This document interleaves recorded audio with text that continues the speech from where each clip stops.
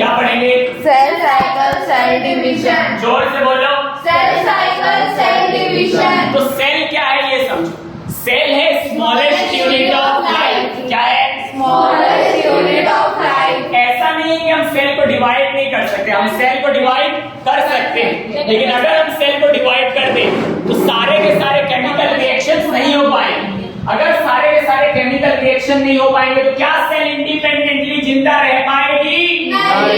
नहीं रह पाएगी। तो सेल एक साइक्लिक प्रोसेस में जाती है। सेल किस प्रोसेस में जाती है? साइक्लिक प्रोसेस में। साइक्लिक प्रोसेस में जाती है। अब हमारे आयरन मैन तुम बताओ, इसमें से साइकिल ए वाला है या बी वाला है? ए वाला है ना साइकिल। बी दोनों सिर्फ ए वाला है, ए वाला बी कंप्लीट ही नहीं हुआ है। देखो कोने कोने में वो भी अभी कंप्लीट नहीं है। ए और सी है, ए और सी बस है। बी के मन की बात थोड़ी समझते हम नहीं है तो नहीं। अरे भाई मेरी रिकॉर्डिंग चालू है, पता नहीं क्या बोल रहे हैं। जानू वाले भर गया। अबे है अरे जा रहा है खुशी। तीनों साइकिल है। बी नहीं है बस, बी कंप्लीट नहीं हुआ। ए भी साइकिल है, बी भी साइकिल है, सी भी साइकिल है। अब साइकिल का क्या मतलब होता है समझो। जब इनिशियल पॉइंट और एंडिंग पॉइंट सेम हो, जब शुरुआत का पॉइंट और एंडिंग पॉइंट सेम हो तो उसको हम साइकिल कहते हैं। क्या कहते हैं? साइकिल। तो सेल एक साइक्लिक प्रोसेस में जाती है। उसका रिजल्ट होता है कि सेल डिवाइड होती है। जैसे खाना खाना एक प्रोसेस है, लेकिन पेट भरना एक रिजल्ट। वैसे सेल साइकिल एक प्रोसेस है, उसका रिजल्ट है सेल डिवीजन। क्या है उसका रिजल्ट? Cell division. नहीं समझ पा रहे हो? अरे जोर से बोलो। समझ रहे हो ना? ठीक, चल सेल साइकिल एक। अब बात करते हैं ह्यूमंस की सेल को डिवाइड होने में 24 घंटे लग जाते हैं। वहीं जो ईस्ट है, ईस्ट उसकी सेल को डिवाइड होने में सिर्फ 90 मिनट लगते हैं।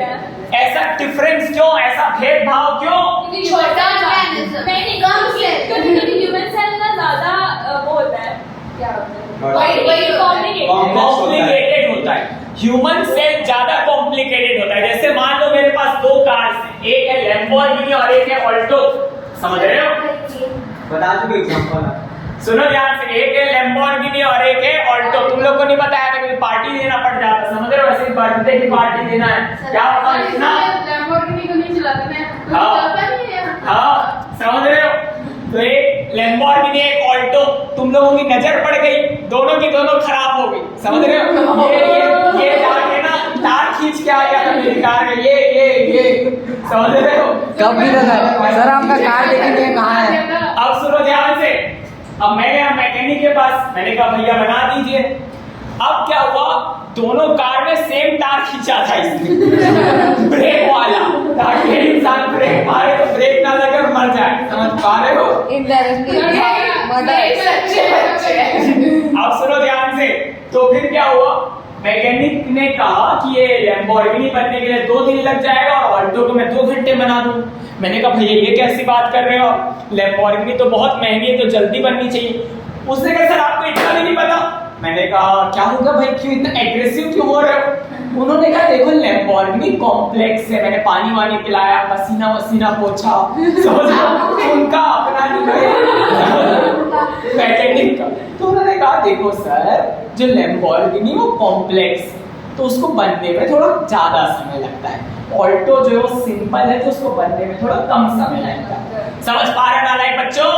तो ह्यूमन सेल कॉम्प्लेक्स होती है, इसी के लिए उसके सेल साइकिल का ज्यादा ड्यूरेशन है, और ईस्ट की सेल सिंपल है, इसी के लिए उसको डिवाइड होने में कम समय लगता है। तुम बुक क्यों नहीं खोलते हो भाई?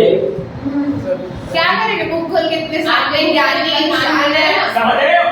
अब देखो ध्यान से, बुक में तो देखने देते नहीं। अब सुनो, सेल साइकिल के अंदर 2 फेजेस होते हैं। कितने फेजेस होते हैं? 2। कितने फेज होते हैं? 2। Interface and phase. बोलो interface, interface, M phase, and phase. Interface, interface, M phase. And phase. Interface के अंदर 3 आते हैं। कितने आते हैं? 3 आते हैं। जोर से बोलो। 3 तीन आते हैं। बोलो जीवन जीवन एस S G2 G2 जीवन जीवन एस S G2 G2 जीवन का पूरा नाम क्या होता है? Gap एस का Synthesis G2 का Gap बोलो gap 1 Gap 1 synthesis Synthesis gap 2। Gap 2 देखो बच्चों सेल साइकिल के अंदर दो फेज आते हैं, तो समझ रही गुड़िया?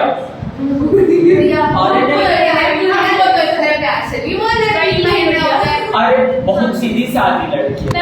हम तो बहुत टेढ़े हैं भाई। हमने सुना नहीं मैं सोचा हाँ सीधे के नहीं बोल रहे।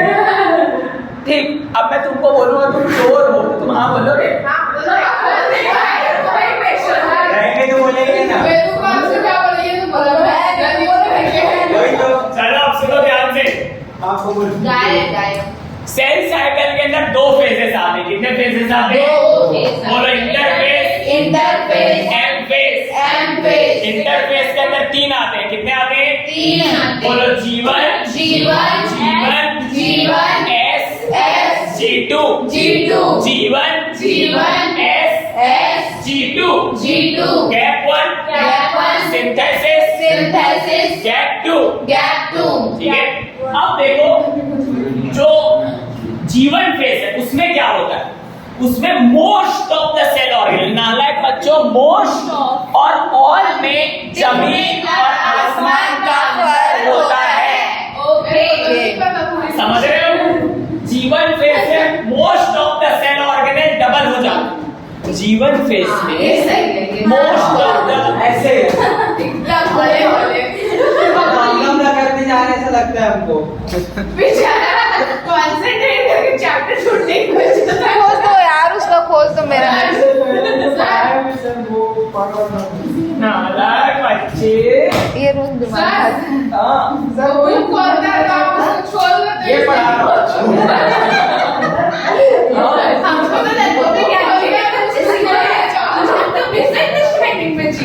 सुनो ज्यादा करके हम लोग क्या छोड़ देंगे। सुनो ध्यान से। जीवन फेज में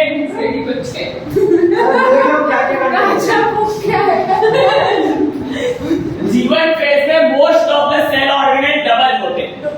ऑल सेल ऑर्गेनल डबल नहीं होते, most of the cell organelle G one में डबल होते हैं। एस का मतलब होता है सिंथेसिस। क्या मतलब होता है? Synthesis इसमें क्या होता है? डीएनए का अमाउंट डबल होता है लेकिन क्रोमोसोम का नंबर सेम रहेगा। अब तुमको इसका कॉन्सेप्ट समझना पड़ेगा कि डीएनए का अमाउंट डबल हुआ लेकिन क्रोमोसोम का नंबर सेम कैसे रहा? ऐसे ऐसे ऐसे ऐसे ऐसे ऐसे ऐसे ऐसे नहीं करेंगे। बताओ सिंथेसिस में डुप्लीकेट सेंट्रियोल होता है कि नहीं? होता है? सही लिखती हूँ भाई मैं।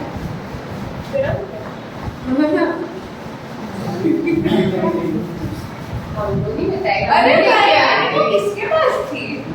ये तो यार ये तो आगे आगे बैठिए, देखते रहना भैया, बहुत मारते हैं। मार ही तो रहा है जब हमारा में हो जाएगा। डीएनए कंडेंस होकर क्या बनाता है? क्रोमेटिन क्या बनाता है? क्रोमेटिन बनाता है। क्या बनाता है? तीन नहीं क्या, सॉरी, कंडेंस होके क्रोमेटिन बनाता है, कंडेंस होके क्रोमोसोम बनाता है।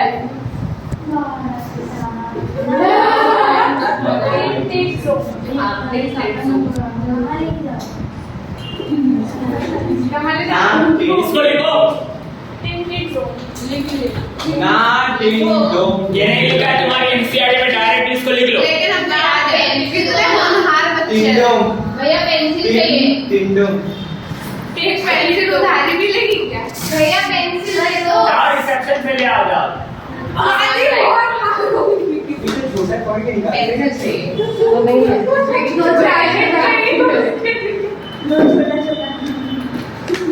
गाँव में इतने लोग हैं कि पेंसिल ही रहे, सब फंसी गए।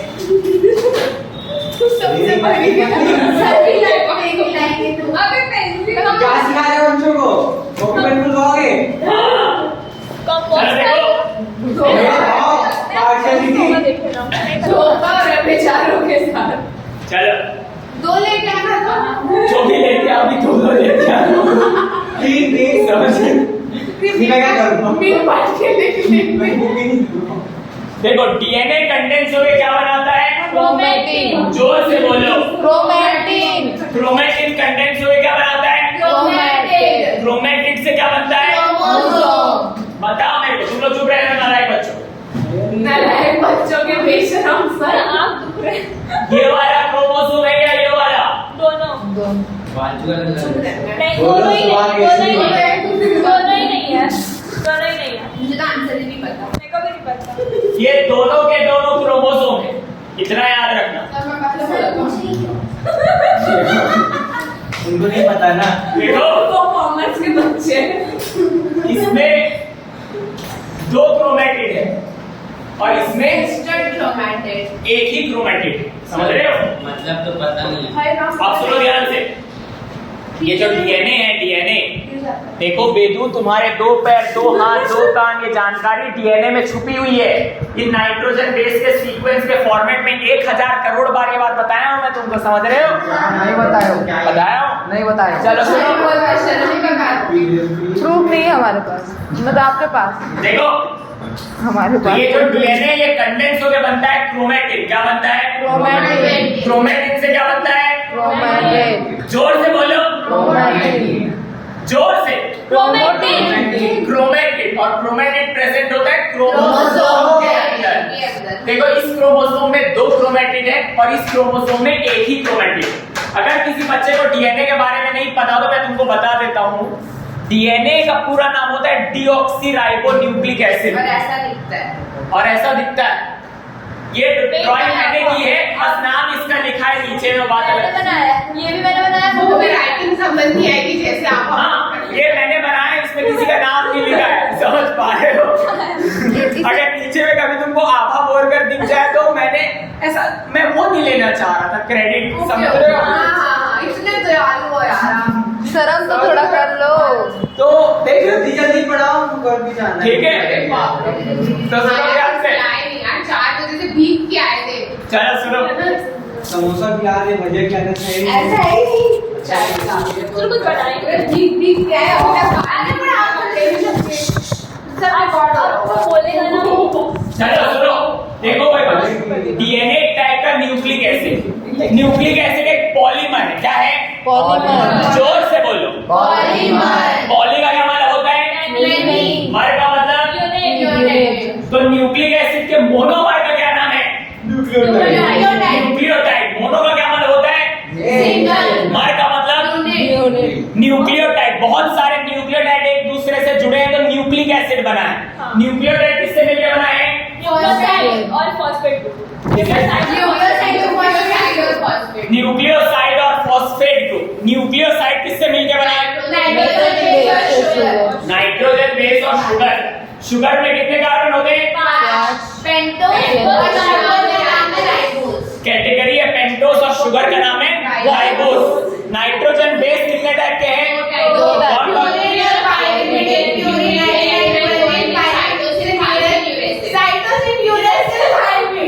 ठीक है, मैं एक बार और बता दे रहा हूँ, जो बच्चे अभी नए नए आए उनके लिए सुन लो ध्यान से। सुनो, न्यूक्लिक एसिड एक पॉलीमर। पॉली का मतलब होता है मेनी, मर का मतलब होता है यूनिट। जैसे एक मोती की माला होती है, उसमें बहुत सारे मोती होते हैं, तो एक इंडिविजुअल मोती को मोनोमर कहा जाता है। इंडिविजुअल मोती को मोनोमर कहा जाता है। समझ रहे हो? वो मानता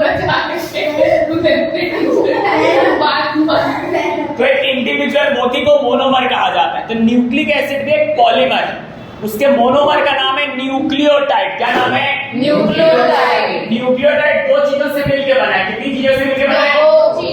बोलो, nucleoside, nucleoside. Phosphate group. Phosphate group. Nucleoside फिर 2 चीजों से मिलकर बना है। बोलो, sugar, sugar. Nitrogen base. Nitrogen base. Nitrogen base 2 type के, कितने टाइप के? 2 टाइप। बोलो, purine, purine. Pyrimidine. Pyrimidine. Purine में आता है एडेनाइन गुआनिन। क्या आता है? Adenine guanine. और पायरिमिडिन में आता है साइटोसिन यूरेसिल थायमिन। जैसे ये जो बुक है ये इंग्लिश लैंग्वेज में लिखी हुई है। एक्चुअली में इस बुक में सिर्फ 26 अल्फाबेट है। ये 26 अल्फाबेट मिलकर डिफरेंट वर्ड्स बने, डिफरेंट वर्ड से डिफरेंट सेंटेंस बने, और डिफरेंट सेंटेंस में डिफरेंट जानकारियां स्टोर्ड है। वैसे तुम्हारा न्यूक्लिक एसिड तुम्हारे दो पैर, दो हाथ, दो कान, जो भी तुम्हारे अंदर है वो सारे के सारे जानकारी डीएनए के अंदर है। किसके फॉर्मेट में? इन नाइट्रोजन बेस के सीक्वेंस के फॉर्मेट में। नाइट्रोजन बेस के सीक्वेंस के फॉर्मेट में जानकारी स्टोर्ड है कि तुम्हारे अंदर क्या चीज होनी चाहिए, क्या चीज नहीं होनी चाहिए। ठीक है, इतना याद रखना। यही है तुम्हारा डीएनए। ये डीएनए जब कॉइल होता है तो बनता है क्रोमैटिन। क्या बनता है? क्रोमैटिन। क्रोमैटिन कॉइल होकर क्या बनता है? क्रोमैटिन। और क्रोमैटिन प्रेजेंट होता है क्रोमोसोम के अंदर। यहाँ इस क्रोमोसोम के अंदर देखो दो क्रोमैटिन, और दोनों क्रोमैटिन, चलो ठीक है, दो क्रोमैटिन बता देता हूँ, सिस्टर क्रोमैटिन बोलते हैं। ये दोनों के दोनों क्रोमैटिन एग्जैक्टली सेम है। कैसे है? Exactly same. इसी के रंगों का कहा जाता है सिस्टर क्रोमैटिन। क्या कहा जाता है? Sister chromatin. ठीक है, इस क्रोमोसोम में एक ही क्रोमैटिन है। कितना क्रोमैटिन है? एक ही क्रोमैटिन। ये जो दोनों क्रोमैटिन को जो जोड़ करके रखा हुआ है उसको बोलते हैं बैरियो सेंट्रियोल। सेंट्रियोल मैं बता दे के बताएगा। सही बोलते सेंट्रोमियर। सेंट्रोमियर कहा जाता है। क्या कहा जाता है? सेंट्रोमियर। अच्छा तो जो सेंट्रियोल क्या होता है जो 90 डिग्री हल्के में ले जाएगा मेरे को। ये जो दोनों सिस्टर क्रोमैटिन को जो पकड़ करके रखा रहता है उसको हम कहते हैं सेंट्रोमियर। क्या कहते हैं? सेंट्रोमियर। वो प्रोटीन से बना रहता है। किससे बना रहता है? प्रोटीन से। प्रोटीन से बना रहता है। ठीक है, चल तो एस फेज में क्या हुआ? डीएनए का अमाउंट तो डबल हुआ, लेकिन क्रोमोसोम का नंबर सेम रहता है। इस बात को याद रखना। तो डीएनए गया तो गया कहां? पहले क्रोमोसोम बनता तो ऐसा बनता, अब एस फेज के बाद क्रोमोसोम बन गया तो ऐसा बनेगा। नहीं समझ पा रहे? ठीक है, सब तोड़ दो, सब तोड़ चलो सुनो, एस फेज में क्या होता है? बनेगा क्या बता, ऐसे छोड़ दे तो ऐसा बनेगा, बोलेंगे क्या? एग्जैक्टली पूछेगा कैसे? ऐसे बनेगा। सो गए। आज को पीट ही दो। इतना ज्यादा खाते तो थोड़ा सा और खाते। चलो भाई, अब सुनो, एस फेज में डीएनए का अमाउंट डबल होता है न्यूक्लियस में, और साइटोप्लाज्म में क्या होता है? सेंट्रियोल का नंबर डबल होता है। किसका नंबर डबल होता है? सेंट्रियोल। सेंट्रियोल एक टाइप का सेल ऑर्गेनेल है। क्या है? Cell organelle. ऑर्गेनेल का मतलब होता है छोटे छोटे ऑर्गन। क्या मतलब होता है? छोटे छोटे ऑर्गन। तुमको समझ में आ रहा है ना लाइफ? बच्चे सही से बताओ, झूठ मत बोलना। सब समझ में आ रहा है? और कौन-कौन सी सेल ऑर्गेनेल होते बताओ। कल पूछता हूँ। बताओ चलो। चलो, अरे नहीं आता आपको? वो तो इंसाइड मेरे को कुछ समझ नहीं आ रहा। कल मैं कुछ ये तो मेरे चलता फिरता मुर्गा टाइप का लगता है। आप तो चिकन नहीं खाते हो यार। चलो अब सुनो, अब सुनो ध्यान से। देखो भाई बच्चों, दो सेंट्रियोल जब एक दूसरे से 90 डिग्री में हो, कितने डिग्री में हो? सेंट्रोसोम। रुको, 90 डिग्री में। दो सेंट्रियोल जब एक दूसरे से 90 डिग्री में हो तो उसको कहा जाता है सेंट्रोसोम। क्या कहा जाता है? सेंट्रोसोम। सेंट्रोसोम। सर का फेवरेट क्वेश्चन। एक सेकंड, सेंट्रियोल क्या था? ऑर्गेनेल जो कहां रहता ये कंफ्यूजिंग है। सेंट्रोमियर, सेंट्रियोल, सेंट्रोसोम, इसको लिखना चाहो तो लिख सकते हो, थोड़ा कंफ्यूजिंग है। क्या? Centriole centriole. सेंट्रियोल है। अब सेंट्रियोल जो है वो सेल ऑर्गेन है। सेल ऑर्गेनेल ये कहां रहता है? साइटोप्लाज्म। सेंट्रोसोम बोलते हैं। साइटोप्लाज्म जैसे इस रूम का एक टाइल्स है, वैसे सेल का जो सेमी फ्लूइड बेस रहता है उसको साइटोप्लाज्म बोलते हैं। सेंट्रोसोम बोले तो दो सेल जब 90 डिग्री में हो। दो सेंट्रियोल जब एक दूसरे से 90 डिग्री में हो उसको सेंट्रोसोम कहा जाता है। समझ रहे हो? और सिस्टर क्रोमैटिन को जो पकड़ करके रखा रहता है उसको कहते हैं सेंट्रोमियर। क्या कहते हैं? सेंट्रोमियर। क्या भी तू समझ में आ रहा है? नहीं। झूठ मत बोलो, सही नहीं आ रहा। अरे कल आ जाएगा, चिंता मत करो। सही से बोलो। नहीं पूछूंगा। चलो आगे आओ। मेरे को समझ नहीं आ रहा क्या आएगा। सही नया चीज लग रहा है ना, मैं थोड़ी पढ़ा हूँ। ये जो छोटा ये तो समझ में आ रहा है कि नहीं आ रहा? सही से बताओ, सीरियसली पूछ रहा हूँ। स्टार्टिंग से समझ आया। मैं सही पढ़ाती हूँ, ठीक है? आ रहा है समझ में? Kind of. थोड़ा आ रहा है। समझ आ रहा है। अरे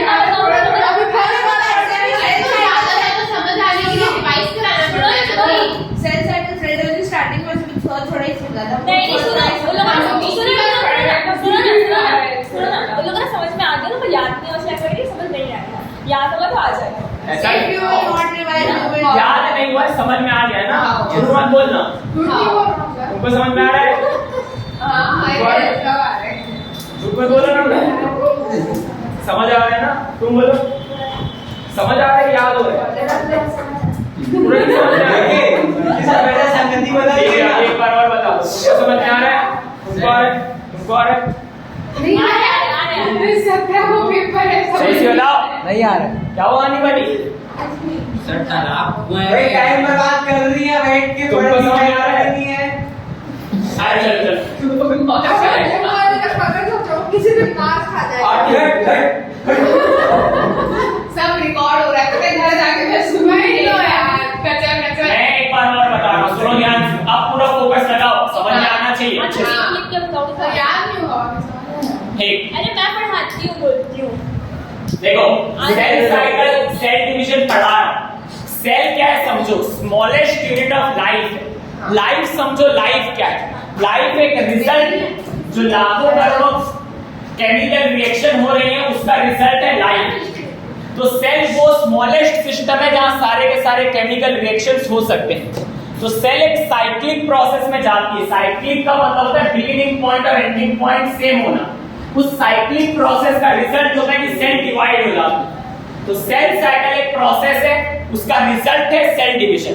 ठीक है, तो सेल साइकिल के अंदर दो प्रोसेस आते हैं। सेल साइकिल एक प्रोसेस हो गया, उसके अंदर दो आते हैं। कितने आते हैं? दो आते हैं। एक होता है इंटरफेस, क्या होता है? इंटरफेस। दूसरा होता है एम फेस, क्या होता है? M face. इंटर का मतलब होता है इन बिटवीन, क्या मतलब होता है? In between. फेस का मतलब होता है समय, फेस का मतलब होता है समय। देखो एम फेस, फिर इंटरफेस, फिर एम फेस। तो दो एम फेस के बीच में आता है इंटरफेस, इसी के लिए इसका नाम रख दिया गया इंटरफेस। इंटरफेस को हम लोग रेस्टिंग फेस भी कहते हैं। हम इसको रेस्टिंग फेस क्यों कहते हैं? क्योंकि इसमें न्यूक्लियस में कोई भी ध्यान देने लायक एक्टिविटी नहीं होती है। न्यूक्लियस में कोई भी ध्यान देने लायक, चुप हो ना बच्चों, न्यूक्लियस में कोई भी ध्यान देने लायक एक्टिविटी नहीं होती है इंटरफेस में, इसी के लिए इसको रेस्टिंग फेज भी कहा जाता है। एक्चुअल में जो सेल है वो इंटरफेस में प्रिपरेशन करती रहती है, किसके लिए? डिवीजन के लिए प्रिपरेशन करती रहती है। इंटरफेस में सेल अपना मोर देन 95% समय गुजारती है। जैसे 100 घंटे सेल के पास, तो 95 घंटे से ज्यादा समय वो अपना इंटरफेस में गुजारेगी। जैसे मैंने तुमको कहा था ह्यूमन सेल को डिवाइड होने में 24 घंटे लगते हैं, तो 23 घंटे समय तो वो इंटरफेस में गुजारती है। जो बचा समय रहता है वो जाता है एम फेस में। किसमें जाता है? एम फेस में। अब ये जो इंटरफेस है, इसके अंदर भी 3 सब फेजेस है। एक होता है G1, दूसरा होता है S और तीसरा होता है G2। G1 का पूरा नाम होता है गैप 1। इसमें क्या होता है? Most of the cell organelle double हो जाते हैं। Most of the cell organelle double हो जाते हैं। सेल ऑर्गेनेल का अगर तुमको एग्जांपल नहीं पता तो मैं बता सकता हूं। Chloroplast, vacuole, endoplasmic reticulum, Golgi body, ribosome, ये सेल ऑर्गेनेल है। ये छोटे छोटे ऑर्गन्स रहते हैं सेल के अंदर, ठीक है, वो डबल हो जाते हैं G1 फेज। S फेज में क्या होता है बच्चों? S फेज में डीएनए का अमाउंट तो डबल होता है, लेकिन क्रोमोसोम का नंबर वही रहता है। अब तुम लोग बोलोगे क्रोमोसोम क्या है? Condense form of DNA. DNA पहले कंडेंस होता है तो क्रोमेटिन बनता है, क्रोमेटिन से क्रोमेटिड और क्रोमेटिड से क्रोमोसोम। इस वाले क्रोमोसोम में 2 क्रोमेटिड, दोनों आइडेंटिकल है, सेम टू सेम, इसी के लिए उसको कहा जाता है सिस्टर क्रोमेटिड। उसको अपनी जगह में पकड़ करके रखने का काम होता है सेंट्रोमियर का, जो प्रोटीन से बना हुआ एक स्ट्रक्चर। और इस वाले क्रोमोसोम में एक ही क्रोमेटिड प्रेजेंट है, ठीक है। अब सुनो आगे की बात तुम लोग। एस फेज में एस का मतलब होता है सिंथेसिस। यहां पर जो सेंट्रियोल है, साइटोप्लाज्म में सेंट्रियोल का नंबर भी डबल हो जाता है। अब तुम लोग बोलोगे साइटोप्लाज्म क्या है? जैसे मान लो ये एक सेल है, तो उसका जो फ्लोर रहता है, सेल का जो फ्लोर रहता है, वो जेल जैसा एक सब्सटेंस से बना होता है। उस जेल जैसे सब्सटेंस को साइटोप्लाज्म कहा जाता है। इसी जेल जैसे सब्सटेंस के ऊपर ही तुम्हारे सेल ऑर्गेनेल प्रेजेंट होते हैं। तो साइटोप्लाज्म में सेंट्रियोल नाम का जो सेल ऑर्गेनेल है वो डबल हो जाता है। कब? एस फेज में। और 2 सेंट्रियोल जब एक दूसरे से 90 डिग्री में अरेंज हो तो उसको हम कहते हैं सेंट्रोसोम। क्या कहते हैं? सेंट्रोसोम। अब बात कर लेते हैं G2 फेज के बारे में। किसके बारे में? G2 phase. G2 फेज में क्या होता है? G2 फेज में कुछ प्रोटीन्स बनते हैं जो डिवीजन के लिए रिक्वायर्ड होते हैं। G1S और G2 में एक चीज कॉमन होती है, सेल ग्रो करती है। सेल ग्रो करती है, समझ पा रहे हो? अब सोचने वाली एक बात है, आखिरकार सेल डिवाइड क्यों कर रही है? देखो, सेल डिवाइड इसलिए करती है क्योंकि उसका न्यूक्लियो साइटोप्लाज्मिक रेशियो डिस्टर्ब हो जाता है। सेल डिवाइड बना रही हूँ ताकि तुमको ही समझ में आए। हाँ, ये कर रहे हैं हम। सुनो ना, न्यूक्लियोटाइड एक सेकंड बोल दो। सेल डिवाइड इसलिए करती है क्योंकि उसका न्यूक्लियो साइटोप्लाज्मिक रेशियो डिस्टर्ब हो जाता है। न्यूक्लियस और साइटोप्लाज्म के बीच का जो रेशियो है वो डिस्टर्ब हो जाता है, इसी की वजह से सेल डिवाइड करती है। अब एक काम करो, यहां तक का पूरा पढ़ो, ये दोनों पेज मैंने पढ़ाया, पहले पढ़ो फिर आगे पढ़ाऊंगा। एक और चीज बताते हैं और फिर पढ़ना। एम फेज के अंदर 2 आते हैं। कितने आते हैं? 2। जैसे इंटरफेज के अंदर 3 आए, वैसे एम फेज के अंदर 2 आते हैं। वो 2 होते हैं कैरियोकाइनेसिस और साइटोकाइनेसिस। क्या होते हैं? कैरियोकाइनेसिस का मतलब होता है न्यूक्लियस का डिवीजन और साइटोकाइनेसिस का मतलब होता है। पढ़ो अब ये दोनों पेज, बाकी बच्चे नहीं समझ पाएंगे ना। M phase. जोर से बोलो। M phase. एम। क्या खिलाना? अब सुनो, एम फेज के अंदर 2 आते हैं। कितने आते हैं? 2। कितने आते हैं? 2। बोलो। Karyokinesis, karyokinesis, cytokinesis, cytokinesis, karyokinesis, karyokinesis, cytokinesis. Cytokinesis. Karyokinesis का मतलब होता है न्यूक्लियस का डिवीजन। किसका डिवीजन? न्यूक्लियस का डिवीजन। साइटोकाइनेसिस का मतलब होता है साइटोप्लाज्म का डिवीजन। किसका डिवीजन? साइटोप्लाज्म का डिवीजन। अब देखो, कैरियोकाइनेसिस में 4 आते हैं। कितने आते हैं? 4। बोलो। Prophase, prophase, metaphase, metaphase, anaphase, anaphase, telophase. Telophase. Cytokinesis में तो साइटोकाइनेसिस ही रहता है, कोई दिक्कत वाली बात नहीं। अब देखो बच्चों, प्रोफेज। प्रो का मतलब होता है पहला। क्या मतलब होता है? पहला। फेज का मतलब होता है समय। क्या मतलब होता है? समय। प्रो का मतलब होता है पहला, फेज का मतलब होता है समय। प्रोफेज में क्या होता है? देखो, प्रोफेज में जो डीएनए है वो कंडेंस हो के क्रोमोसोम बनता है। किसमें? प्रोफेज में। किसमें? जोर से बोलो। प्रोफेज में। प्रोफेज। इसके बाद जो सेंट्रोसोम थे, सेंट्रोसोम क्या है मैंने तुमको बताया था। 2 सेंट्रियोल जब 90 डिग्री में अरेंज हो तो उसको कहते हैं सेंट्रोसोम। वो अपोजिट पोल में जाना चालू कर देते हैं। सेंट्रोसोम अपोजिट पोल में जाना चालू कर देते हैं। अब पूरे देश में बहुत कम ऐसे लोग हैं जिनको एस्टर और एस्टर रे के बीच में डिफरेंस पता है। देखो, अरे नहीं। अब देखो, सेंट्रोसोम से 3 डिफरेंट टाइप के फाइबर निकलते हैं। 3 फाइबर नहीं बोल रहा, पहली बार 3 डिफरेंट टाइप के फाइबर निकलते हैं। Spindle fibre. एक है उसमें स्पिंडल फाइबर,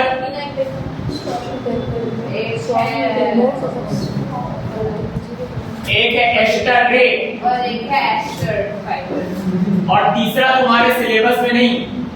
इन तीनों के तीनों फाइबर को, तीनों के तीनों डिफरेंट टाइप के फाइबर और सेंट्रोसोम को मिला करके कहा जाता है एस्टर।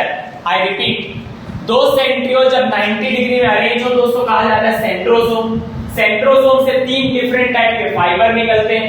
उन 3 डिफरेंट टाइप के फाइबर में एक है स्पिंडल फाइबर, दूसरा है एस्टर रे और तीसरा का नाम तुम्हारी एनसीईआरटी में नहीं जानना। क्यूरियोसिटी है ना, कुछ हमको एनसीईआरटी के बाहर कहीं पर है तो पॉसिबल। इन 3 डिफरेंट टाइप के फाइबर और सेंट्रोसोम को मिला करके कहा जाता है एस्टर।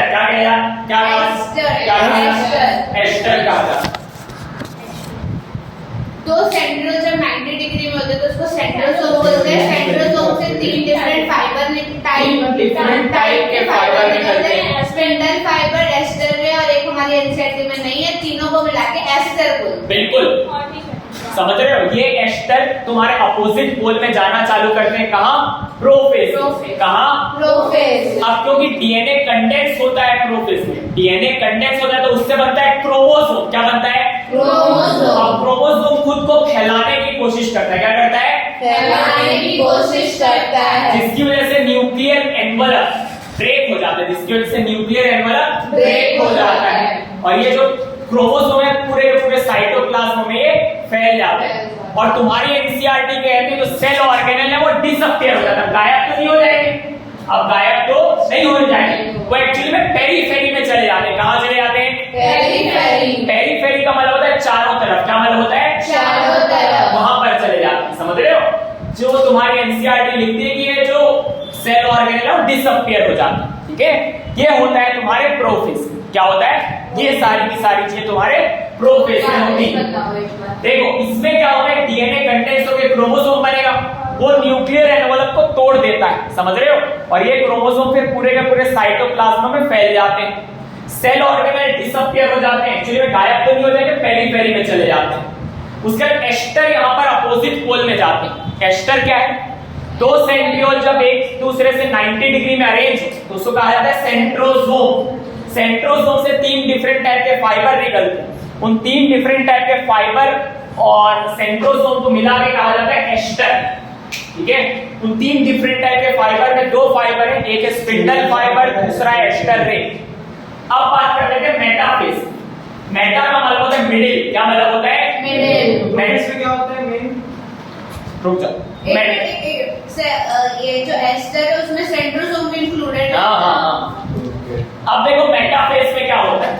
मेटाफेज में ये जो क्रोमोसोम जो तुम्हारे पूरे के पूरे साइटोप्लाज्म में फैल गए ये बीच में अरेंज हो जाते हैं। कहाँ अरेंज हो जाते हैं? बीच में। उस प्लेट को कहा जाता है मेटाफेसिक प्लेट। क्या कहा जाता है? Metaphasic plate. ये जो स्पिंडल फाइबर देख रहे हो, ये जो सेंट्रोमियर है उसकी सरफेस में डिस्क लाइक स्ट्रक्चर बनाते हैं। क्या बनाते हैं? Disc like structure. Disc like structure को हम लोग कहते हैं काइनेटोकोर। क्या कहते हैं? काइनेटोकोर। और ये स्पिंडल फाइबर उस काइनेटोकोर के साथ जाके जुड़ता है। ऐसा कहां होता है? मेटाफेज में। कहां होता है? मेटाफेज में। अब बात करते हैं एनाफेज। अब बात करते हैं एनाफेज।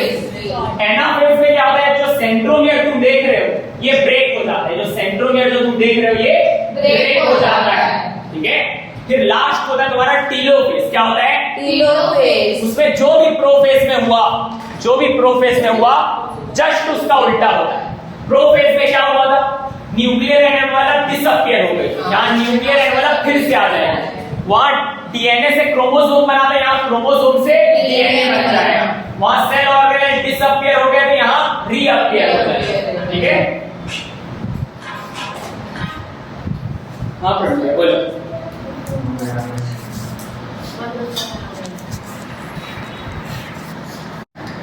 बताना भूला हूं, ये एम फेज भी 2 टाइप का होता है, एक होता है माइटोसिस और दूसरा होता है मियोसिस। माइटोसिस को हम लोग कहते हैं इक्वेशनल डिवीजन। क्या कहते हैं? Equational division. जैसे पेरेंटल सेलों से मान लो 40 क्रोमोसोम है। कितने क्रोमोसोम है?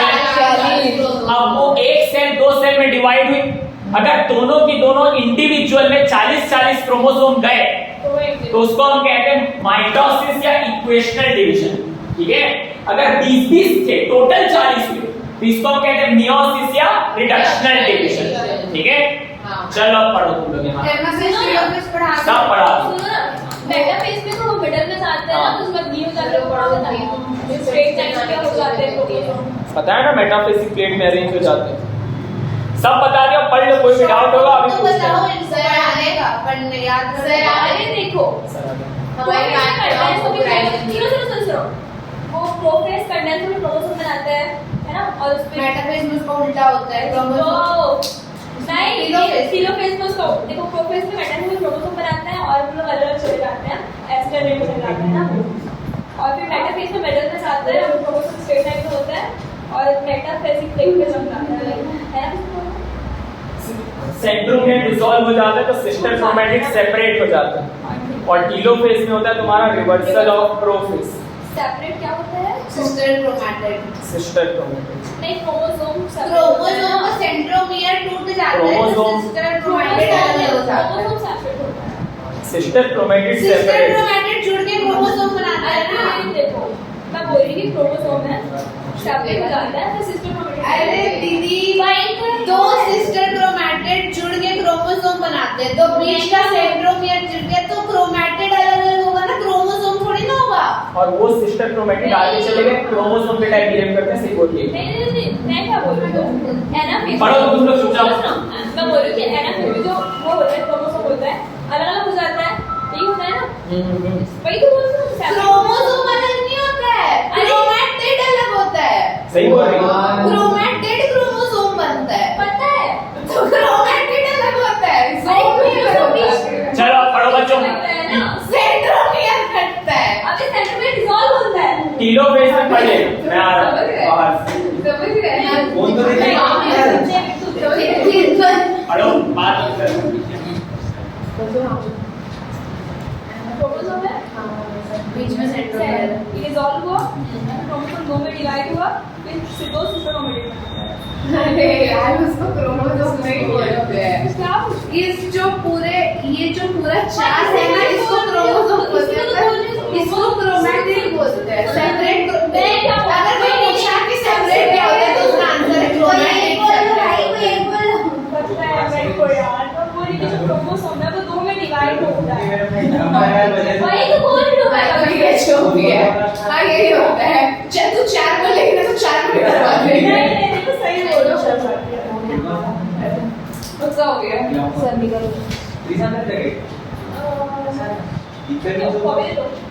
पैसे नहीं दिखता एक फाड़ दो। लिख क्यों फाड़ेगी? जाने को फाड़ेगी। फोटो ले जाना खींच के। वो देखेंगे मैम फोटो क्या है तेरे को फोटो लगाई? इतनी मेहनत नहीं करता। उनका नीट है अपनी नोटिस नहीं मैं तो ये लिखेगी तो नीट आ जाएगा। कभी नहीं हो पाएगा। वो तो पढ़ ले ना दिखता कैसे नहीं तो अबे आधी पढ़ रही है ये। बहुत बोलता है मैं तू सही बोल। ए देखो ना खानदान जान लेना पूरा पढ़ रहे हैं हाँ लोग।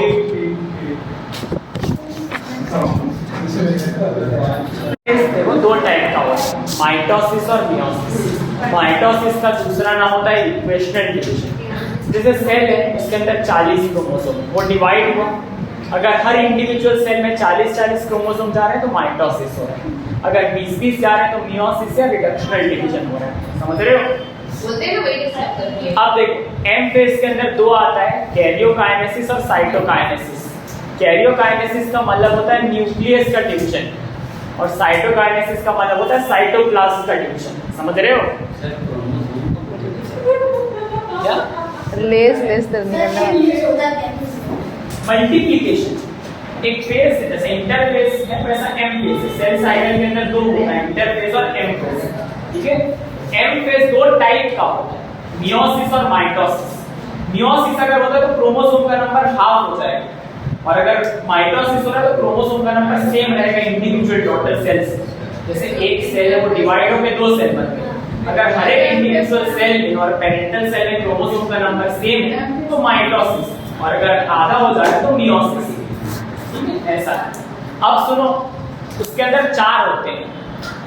प्रोफेज माइटोसिस के अंदर, प्रो कैरियोकाइनेसिस के अंदर चार होते हैं, प्रोफेज, मेटाफेज, एनाफेज, टीलोफेज। तो प्रो का मतलब होता है पहला, इसमें डीएनए कंडेंस होकर बनता है क्रोमोसोम। जब क्रोमोसोम बनेगा तो न्यूक्लियर एनवेलप ब्रेक हो जाती है, क्योंकि क्रोमोसोम को फैलना रहता है।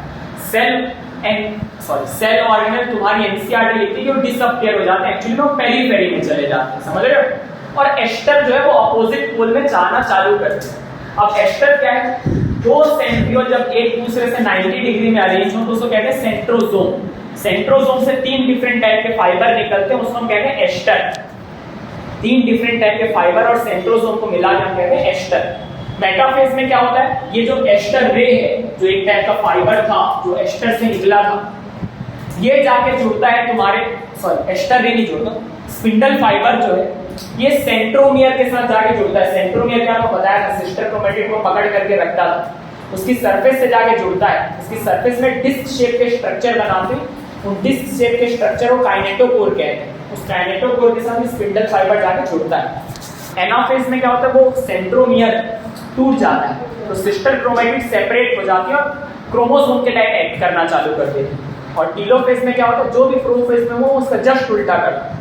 वहां पर डिसअपियर में तो रीअपियर करा दो, वहां कंडेंसेशन करवाया तो डीकंडेंसेशन करवा दो, जो भी हुआ कि जस्ट उसका उल्टा कर दो। That's all. ठीक है? पढ़ो। आपको ये बताई नहीं रहे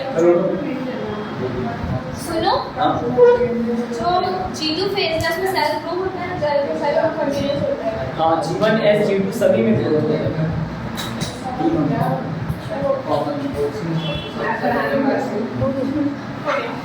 हेलो भाई आगे का भी लिख दो ना।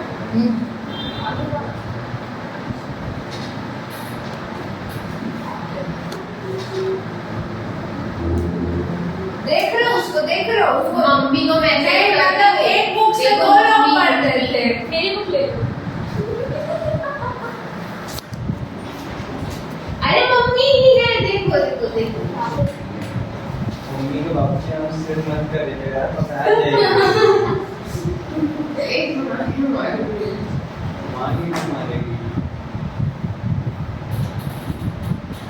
भैया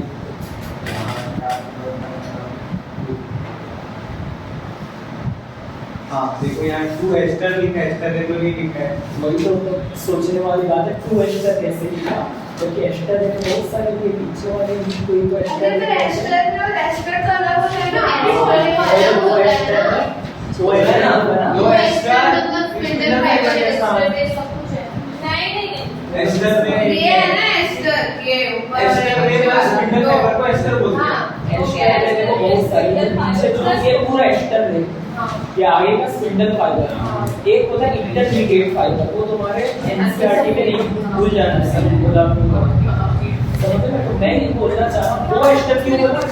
ये सेंट्रोसोम और तीन डिफरेंट टाइप के फाइबर, स्पिंडल फाइबर, एस्टर और इंटरमीडिएट फाइबर, इसको मिला करके एस्टर का वही एस्टर बने ना। वही सोचने वाली बात है कि एनसीईआरटी ने ऐसा क्यों कहा दो एस्टर है। तो बताया तुमको दो एस्टर क्यों? क्योंकि अरे नालायक बच्ची, सेंट्रोसोम एस्टर में स्पिंडल फाइबर और इंटरमीडिएट फाइबर मिला के एक एस्टर हुआ, तो यहाँ दो एस्टर हुए ना।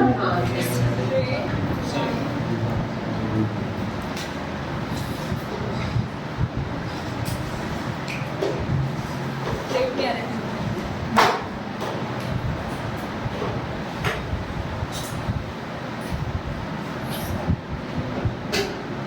ये सुंदर दिख रहा है, मिटना नहीं चाहिए। किस दिख रहा है कौन इसका? अरे ये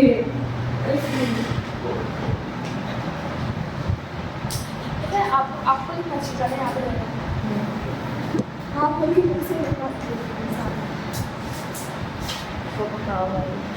अब ये रिकॉर्डिंग मत करना जिसका अरे रिकॉर्डिंग हो ही नहीं रहा, आप ही तो ले रहे थे मेरे फोन। ये फोन चला है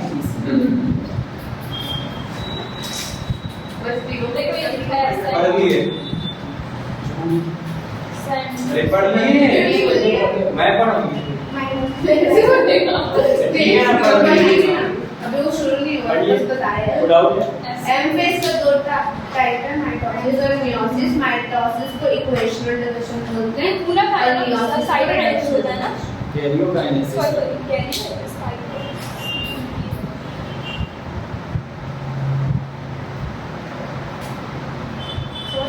आगे का होना जल्दी।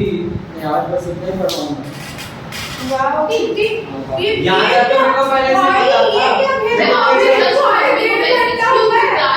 ये था। क्या मेरे को ये सब नहीं पता, लेपोटीन वो जाइगोट पहले पढ़ाऊंगा। सुन रहे हो? ये क्या कहते हो? इनकी क्लास इनको आए सिर्फ 1.5 घंटा हुआ है, सिर्फ। इनको आप और ज्यादा दूंगा तो इन लोगों का ऊपर से वही तो है। छोटे छोटे हैं देखा था कि गाय खा लेती है। ये मैंने चल बच रहे ये तो मैडम मियोसिस 2 भी पढ़ा रहे हैं, उसके पढ़ा 4 छोटे दिए, 4 छोटी है। 4.9 इंच की बता रही है। बहुत बढ़िया हाँ meiosis 2 is exactly same as mitosis तो पढ़ा हाँ पता कब है। पढ़ाए? ये सेंट्रो में है ना। हाँ ये सेकंड में है। हाँ हाँ मुझे पढ़ रही है। उसको लड़की को कुछ नहीं समझ आया है। माइटोसिस मियोसिस क्या चल रहा है? तुम यहाँ पे Mitosis पढ़ो। पता है ना? Mitosis ये क्या है? ये भी पढ़ना आता है एम फेज है ना, एम फेज उसी का ये वर्ड है ना, chapter cell the unit of life.